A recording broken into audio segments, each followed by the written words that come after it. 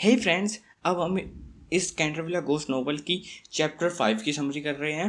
तो चलिए स्टार्ट करते हैं। एक दिन वर्जीनिया अचानक से कैंटरविला गोस्ट के रूम में पहुंच जाती है और वो उसको वहां पर देखती है। जब वो उसको देखती है तो वो देखती है कि वो बड़ा उदास लोनली सा फील कर रहा होता है। तो वो उसको और वो भूत है, काफी डिप्रेशन में होता है। यह देख के जो वर्जीनिया है, जो एक इनोसेंट सी और दयालु लड़की है, वो उसके जाके उसकी हेल्प करने से उसका बात करने जाती है ताकि उसको थोड़ा कंफर्ट फील हो। और वो उससे बोलती है कि तुम उदास ना हो, तुम्हें कोई तंग नहीं करेगा अगर तुम खुद सही से बिहेव करो। तो तुम ये ऐसी हरकतें ना करो तो कोई तुम्हें तंग नहीं करेगा मेरी फैमिली से। लेकिन जो भूत होता है वो बोलता है कि मेरे से ये कहना तो बेतुकी बात है, मेरे से क्यों कह रहे हो तुम मैं सही से बिहेव करूं, क्योंकि ये मेरा यही काम है। रात को घूमना, आवाज़ें करना, ये तो मेरा काम है। यही रीज़न है कि मेरा अस्तित्व है इस दुनिया में। तो वर्जीनिया उसको बोलती है कि नहीं, ऐसा नहीं है, तुम्हारे और भी रीजंस हो सकते हैं, तुम उसे ढूंढो। और वो उससे ये भी बोलती है कि मुझे मिसेस उमने ने बताया था कि तुमने अपनी वाइफ का मर्डर किया था और ये मर्डर करना कोई अच्छी बात नहीं होती, इसलिए तुम्हें यहाँ पर ऐसे हो। फिर गोश्त उस बात से गुस्सा होकर उसको अपनी कहानी बताता है कि जो उसकी वाइफ थी वो कैसी थी। वो उसकी वाइफ को बताता है कि वो बिल्कुल अच्छा से काम नहीं करती थी, किसी भी काम को ठीक से नहीं करती थी, कोई टूट जाता तो उसे और ख़राब कर देती थी, बिल्कुल खाना बनाना नहीं आता, इसलिए उसने अपनी वाइफ को मारा। और इससे बुरा तो उसके साथ हुआ कि उसकी पत्नी के भाइयों ने उसको तब तक भूखा रहा था जब तक वो मर नहीं गया। तो फिर वर्जीनिया को दया आती है उसके ऊपर और वो अपने पास जो एक सैंडविच होता है उसको ऑफर करती है कि लाओ लो ये सैंडविच खा लो, तुम्हें सही में बहुत भूख लगी होगी।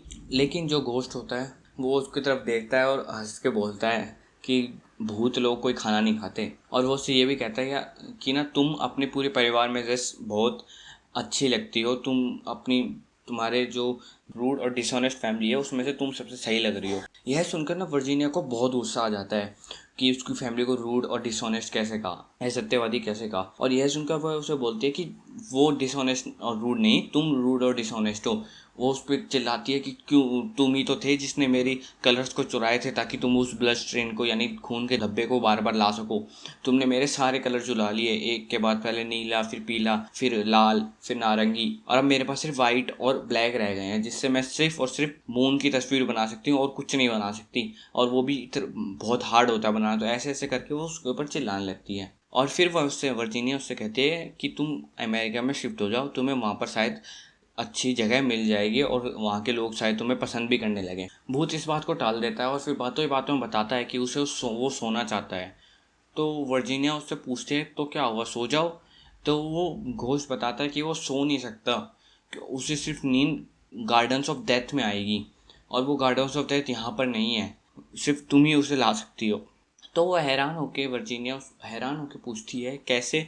तो वो बताता है कि क्या तुमने लाइब्रेरी की विंडो में जो अक्षर लिखे हुए पढ़ा है। तो वर्जीनिया उससे बोलती है हाँ, लेकिन मुझे उसका मतलब नहीं पता। तब गोस्ट उसका मतलब बताता है कि you must wipe with me for my since, कि तुम्हें मेरे पापों के लिए मेरे साथ रोना होगा क्योंकि मेरे पास कोई टीयर्स नहीं है। तुम्हें मेरे आत्मा के लिए प्रे करना होगा क्योंकि मेरे पास कोई फेथ नहीं है, मेरे पास कोई आत्मविश्वास नहीं है।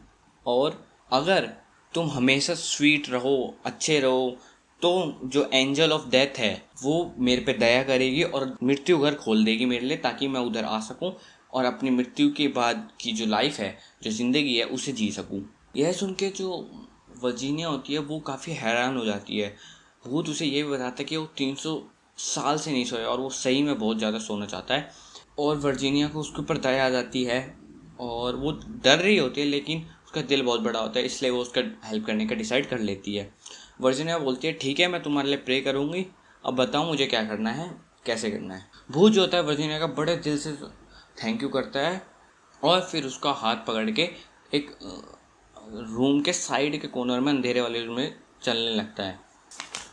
वहाँ पर चलते चलते वर्जीनिया देखती है कि हर एक चीज़ गायब सी हो रही है, धुंध में बदल रही है, बिल्कुल हर एक चीज़ गायब हो रही है, धुंध में बदल रही है। और उसे अलग अलग की आवाज़ें सुनाई देती है कि नहीं इसके साथ मत जाओ, ये बुरा है, ये सब ऐसी आवाज़ें।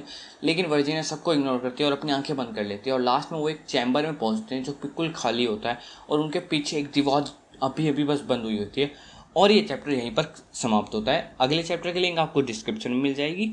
और इस पूरे समरी के सारे चैप्टर्स की जो प्लेलिस्ट है वो भी आपको डिस्क्रिप्शन मिल जाएगी। Thanks for watching.